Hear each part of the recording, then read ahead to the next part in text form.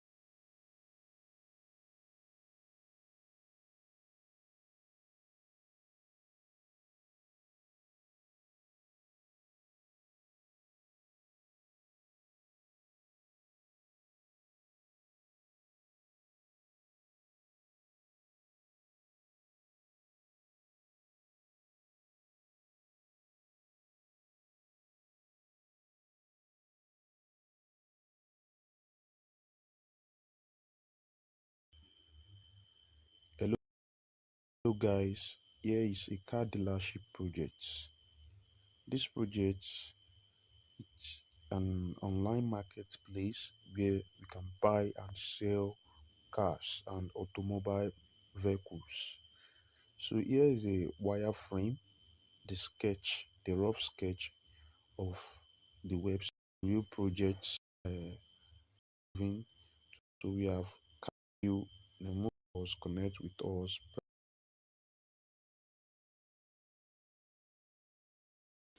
Okay guys, so today I'm going to show you how you can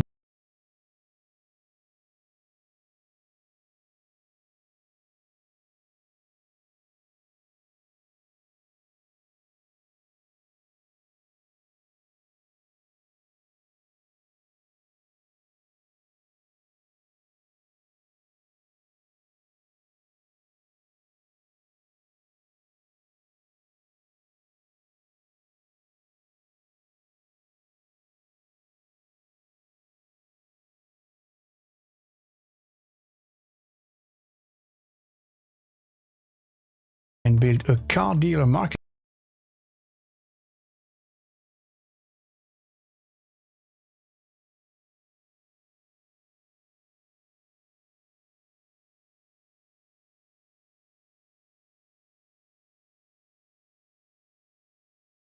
marketplace.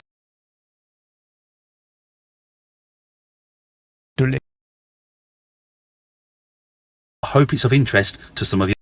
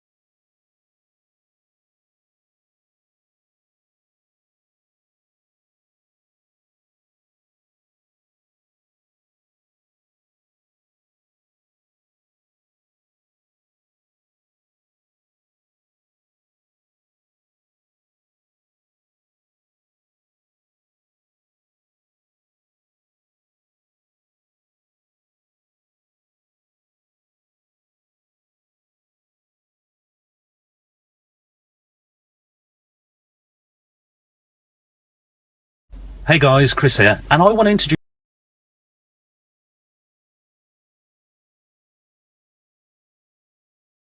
you today to a website called cardealermanager.com. You can decide where you want to put your logo in the reg, and it will scroll down, drop in all the images.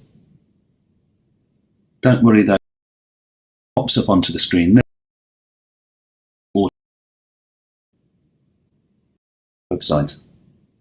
And if you link in with Stripe, you don't need a merchant number. You can accept payments, whether that's a part payment or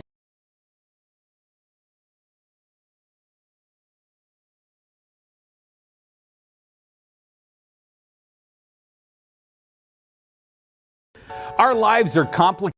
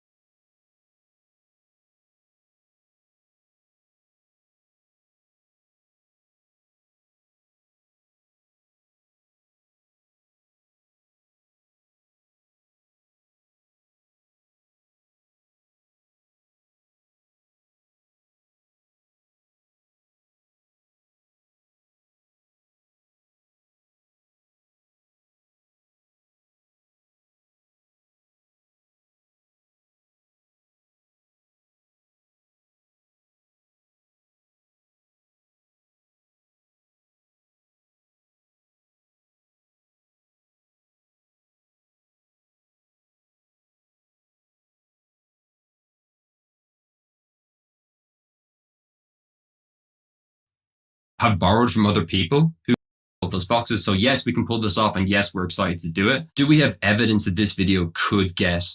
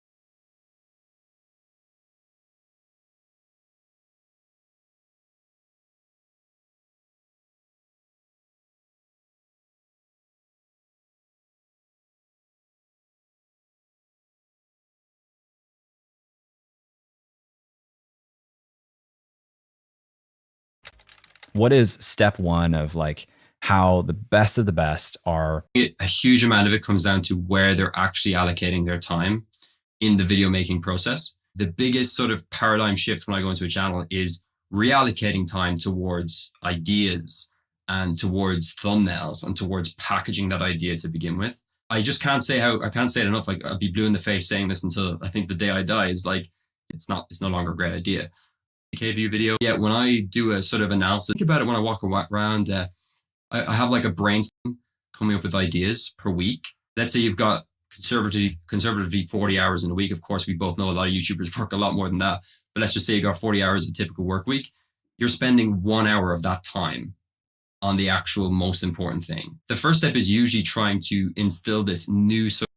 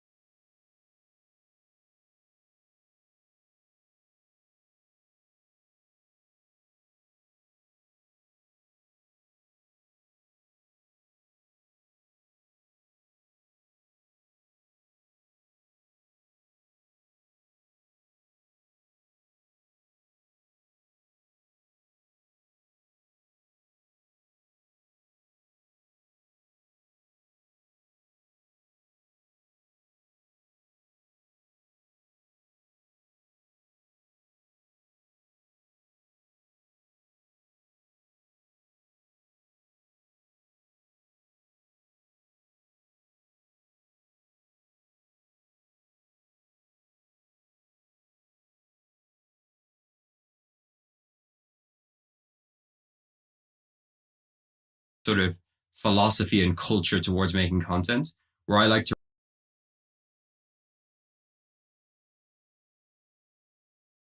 really analyze what we make, how we make it, what's the rationale behind making a specific idea in the first place. Some people don't like that, and I completely understand that, because I always think there should be some level of like, oh, this is just fun, let's just do it. You know, there should still be like room, there should like be a quota for experiments and innovation and just like doing something for the hell of it because we feel like it. Like, that's completely fine with me. But for the majority of the content, if the goal is purely to grow on YouTube, and this is like another conversation we get into, like what the goal is, because I find a lot of people are like, my goal is growth at all costs. And then you say, well, you need to think a lot more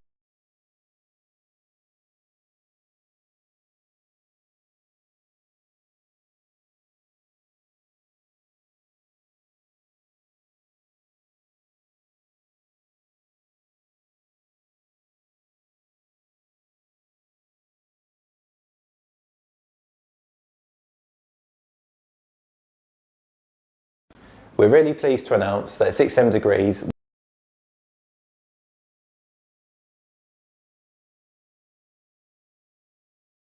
Hey,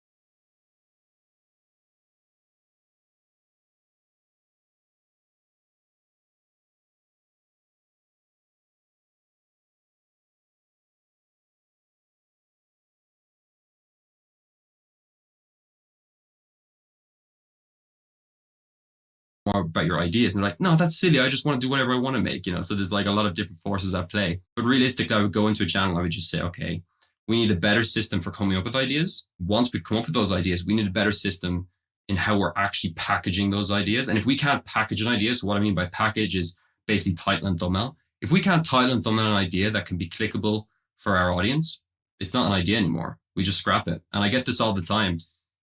I've got this amazing idea. It's gonna be so funny. I just can't think of a way to thumbnail it. And I'm like, well, then it's not a good YouTube idea, unfortunately. It needs to just can't think of a way to thumbnail it. And I'm like, I've got this amazing idea.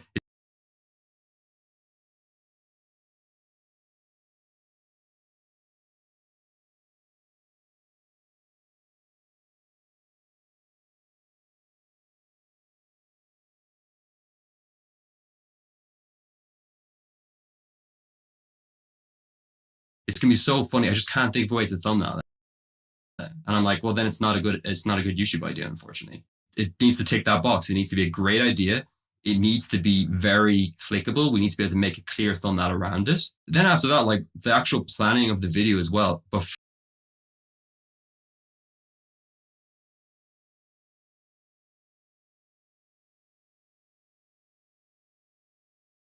before we sit down and shoot it, like what is the intro going to be? Could we write out 3 or 4 different intro versions, record them, listen to them back, decide which is the best one to shoot on the day, etc., etc. So I think a lot of the first thing I do with the channel is just look at the pre-production side of things before the actual production.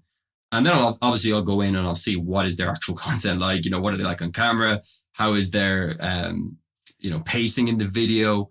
Even just looking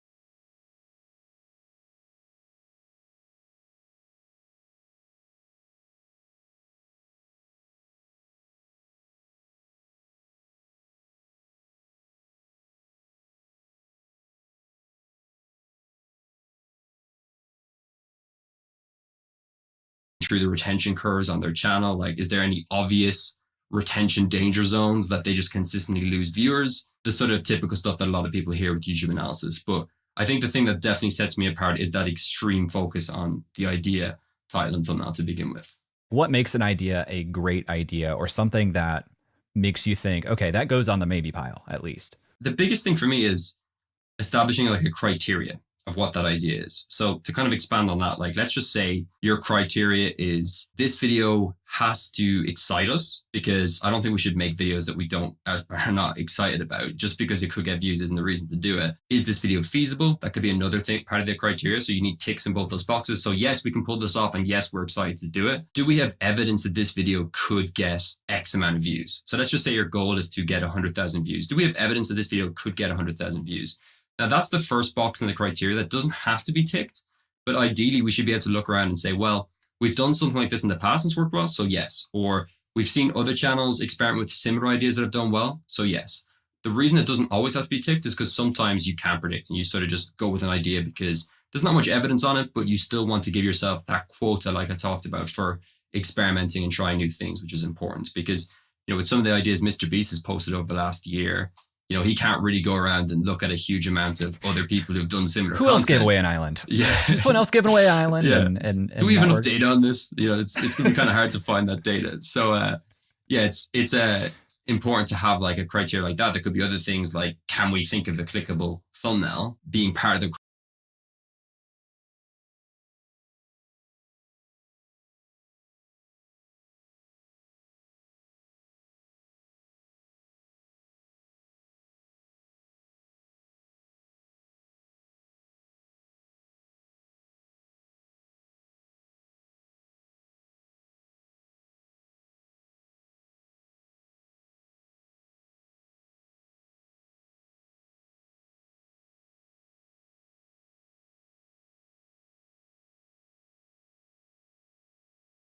criteria, which actually just decides if a video should proceed, of course. But I think the biggest one, the thing I've been leading up to, is just looking at the idea and saying, does this have appeal in a wide percentage of my audience? So if you think about your channel as this big potential pool of viewers, and you can break them up into, like, you know, you got your core viewers, you've got the casuals who kind of dip in, dip out. You've got the new viewers that haven't seen your content before, but are potential good target viewers for your channel. I like to look at an idea and just put it through this sort of like lens of saying, does my core like this? Does it also appeal to a new audience and a casual audience? Because all too often I see people that just pander to the core. And what happens then is you just end up making videos that just get as many views as your core, and you're not really in a good growth stage. And then I see other people that just make videos for new viewers. So they're constantly trying to attract that new audience, and they have no longevity. They have no through line on their channel. They're just jumping around on trends without building any actual clear strategy over the long term. So the core viewers feel neglected. And when I think about the channels that I've gone into and had the most impact, it's always been that case of saying, well, what do our core like? What about what our core like can we make into bigger ideas? Let's take an example like Jesser, who's the basketball channel I've worked with. I go in and I look at his channel. He was doing sort of 400,000 views a video. He'd been a bit bigger in the past, but he was down on a bit of a downward trend. I look at those videos and I'm like, okay, these are okay, but what does our audience like? They love basketball. So we can make basketball themed videos, but how do we go bigger? How do we make an idea that's not just interesting to people that love Jesser and love his whole world and community built up? So that's when we came up with some different ideas, which went on to perform 5-10 million view plus, because those ideas just penetrated beyond just the core. They had this sort of casual wide appeal. I always say with my content on my personal channel, I always say, I want to make a video that a YouTuber with 500 subscribers will find really useful. A YouTuber with no subscribers who has no idea what the platform is even about will find useful. A video that Mr. Beast could watch and still say, that was pretty interesting. He'd probably be like, yeah, I knew this, but it's kind of interesting. And also a video that my mother could watch and say, oh, that was pretty interesting. So that can sometimes put you in a weird position because you're trying to pander to everyone. So I think there is like a counterpoint to that. But at least for the content that I make on my channel, it really helps because I just look at it and say, how can I make something that's just widely interesting to as many viewers as possible? And it really helps.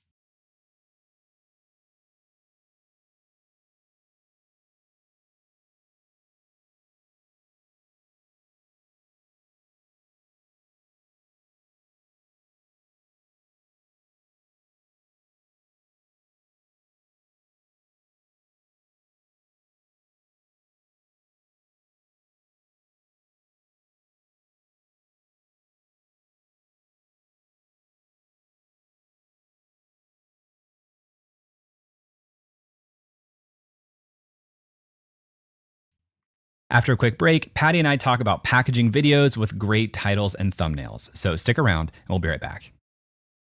If you've been following me for a while, you know how much I want to use brand and packaging, because this is something that until I went through your fantastic accelerator, I hadn't thought about the concept of packaging, which I want to talk about how that applies to YouTube specifically. But as you're listening to this, I want you guys to think about packaging even outside of YouTube.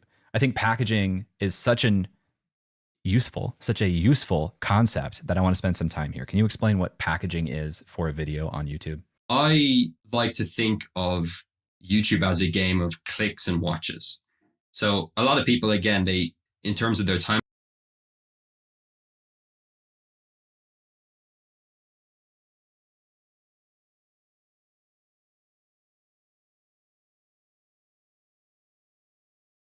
allocation, but also in terms of what they weight as important in their mind, they will put all the emphasis on the actual content. Now that's important. And I would still say that is the most important thing. Like, good content is obviously the most important thing. You can succeed on YouTube with like kind of mediocre thumbnails sometimes if your content is just exceptional, that it just penetrates through and people just watch and share it. We see so many examples of that of kind of channels that don't have the best thumbnails, but because their content is just phenomenal, they still perform. Whereas it's kind of rare to see someone who makes terrible content do well just because they've got good thumbnails. I'm sure people in the comments will call me out on that and say countless examples, but I think in general, Let's find those examples. Yeah, that's how I view it. But with that said, though, the thumbnail itself, like even if we were to just conservatively say like, okay, the click part of that equation. So if YouTube is clicking and watching, let's just say the click part of that equation is basically 40% of it, 40% of what's important for YouTube. Again, just like with time allocation, even with how people deem as how important this is, it's still something that is given like 3%, 5%, 6% weighting instead of maybe 30 or 40% like it should deserve. So again, I talk to people and they'll go shoot an incredible piece of content. They'll spend maybe days, maybe even weeks making this piece of content, and they're making the thumbnail an hour before the video goes live. So packaging for me is just that whole psychology around thinking of what we can put in front of the viewer that's going to make them click on this video. In terms of coming up with a good title and thumbnail, like for title, there's a few best practices for me. It's always keeping it really simple. People sometimes confuse simple and short. I do have a preference for short titles, but sometimes you can have a title that's a little bit longer, but if it's still really simple and easy to read, that's important and that can still work. So I like to look at titles that are really simple, really readable. Like, think about people at all different sort of reading levels, but also all different languages, because realistically, you're going to get viewers from other countries, other places that English might not be their first language. If you go onto any big American channel that has a primarily US based audience, let's just say they have 60% of their audience in America. Now, of course, you might add on a bit of Canada, a bit of like the UK, a bit of Australia. They could have 20 or 30% or more viewers that are potentially watching from India, from other countries, from Africa, from obviously South America has a big audience as well. So like there's all these different viewers potentially out there. So I always kind of, when I see a title that's like using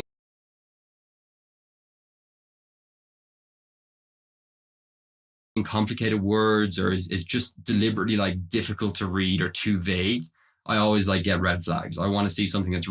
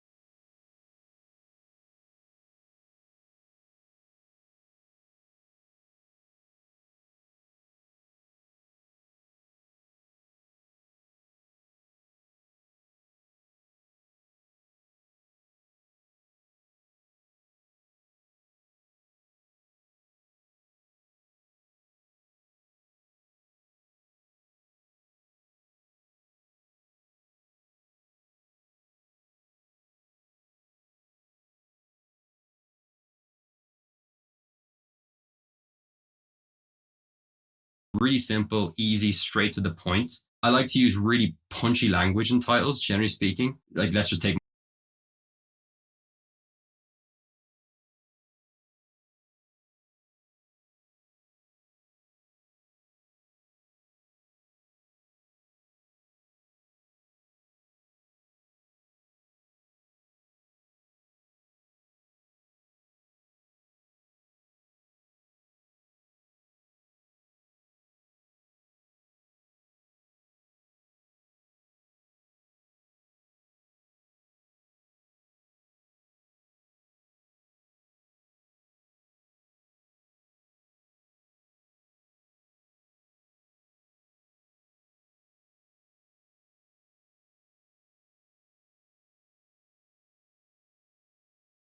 my to the point. I complicated different viewers potentially out there. So I always kind of, when I see a title that's like using complicated words or is just deliberately like difficult to read or too vague, I always like get red flags. I want to see something that's really simple, easy, straight to the point. I like to use really punchy language in titles, generally speaking. Like, let's just take my channel as an example of it. I'm not sort of going, hey, here's why Mr. Beast is really cool. You should watch this video. It's very much like how Mr. Beast broke YouTube. And it always kind of stood to me because I had a friend that was really into journalism. And he just looked at my channel from completely on the outside as like a complete, like, you know, non-YouTube viewer. I don't think he even watched YouTube very much. And he just goes, you know what, Patty, like your titles are just great because they're just punchy. They're straight to the point. There's no vagueness. You're not trying to be clever with a pun. You're just saying how Mark Rober beat the algorithm, how Mr. Beast blew up his channel or whatever it might be. The Jesser example of the channel I work with, one of our videos from last year that did really well was going to 5 NBA games in 50 hours. We didn't overcomplicate it. We didn't say, I went to 5 NBA games in 50 hours and it was really difficult, exclamation mark, exclamation mark. It's just straight to the point, very matter of fact, pragmatic language. And that's generally my preference for titles. I will say it does change a little bit based on audience and based on gender even. I actually see that female viewers sometimes do prefer a slightly different titling style towards male viewers, sometimes a bit longer, sometimes a lot of lowercase, whereas quite often the male viewer is like a very like pointy in your face thing. That's a bit of a generalization, but generally I do see that as a trend. But yeah, trying to keep it relatively short. Most of the best titles I've put together in my life with clients are usually 50 characters or under, and sometimes 60 characters or under, but generally 50 characters or under, and really thinking about universal, easy to understand words. Then in terms of thumbnails, for me, like the thumbnail is very kind of open.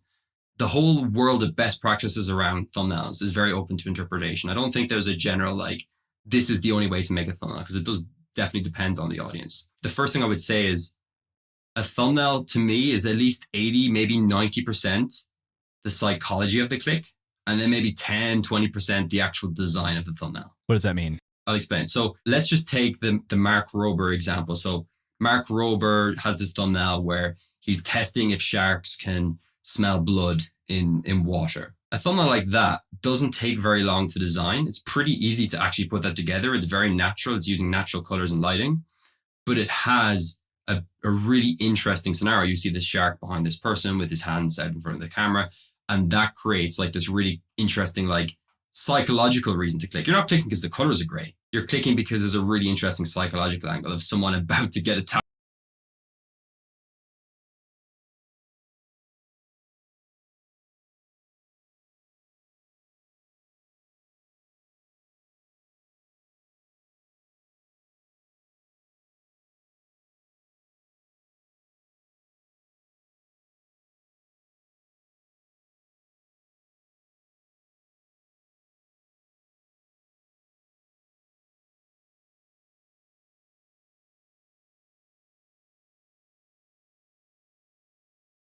Potentially by a shark.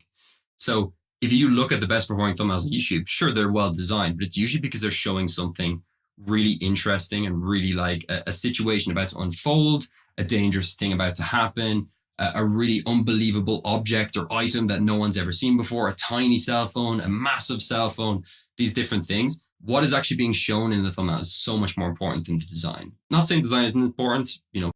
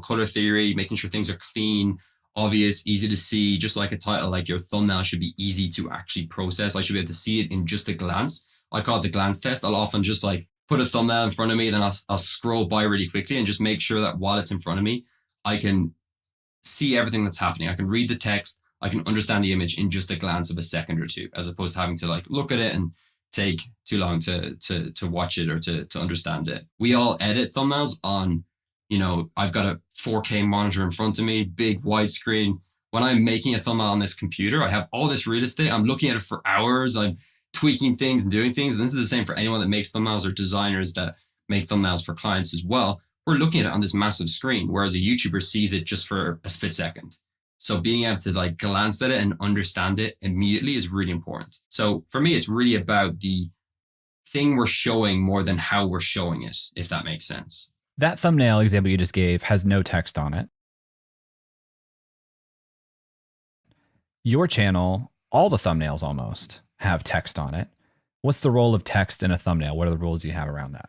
I don't think there's necessarily, the only hard rules I would say is in general, I would stay away from having over 5 or 6 words. So if you look at the thumbnails on my channel, generally it's like 2 or 3 words, maybe 4. It's like how he beat YouTube or the kid who broke the YouTube algorithm or whatever. So it's generally quite short. In terms of text versus no text, I have a bit of a pet peeve when I see people say, never use text. If you use text, the thumbnail's a failure, because I think for certain channels, text does add a lot. If you remove the text from my thumbnails, for example, they just end up feeling quite empty because there's no action, because my thumbnails are all commentary videos, video essays on YouTubers. You take that Mark Rober example with the shark. If he adds text in there, it just makes it busier. Like, it doesn't need to be busier. It's the actual action of the concept that is everything, and it's super easy to understand. Like, imagine he just pointed out with an arrow, shark. It would just like create this like silly busyness to the image, and it wouldn't feel as natural and like raw as it's supposed to come across. Think about, can we show, like, if we could ideally show the action of the video without text, I would usually have a preference to it. But for a lot of channels that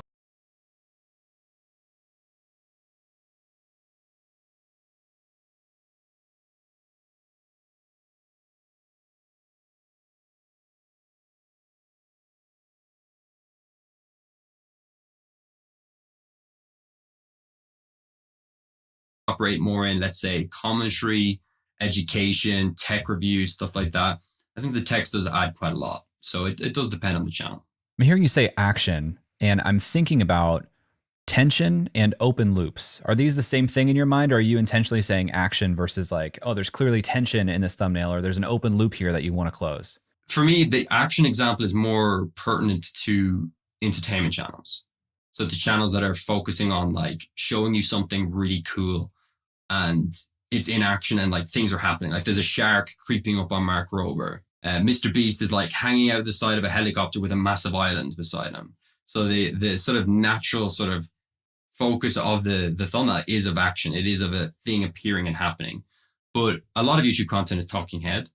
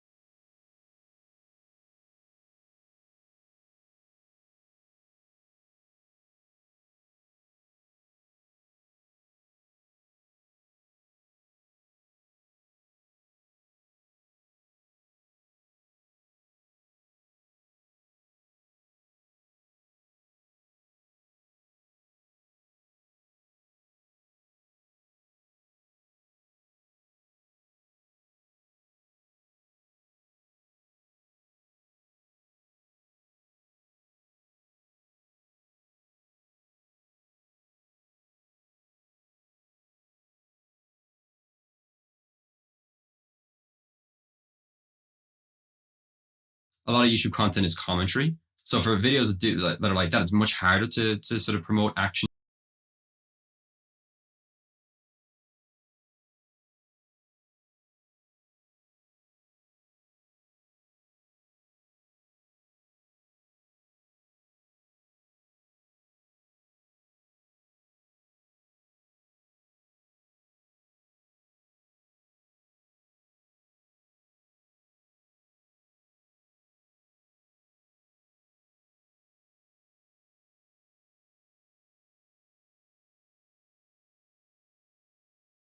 in the thumbnail.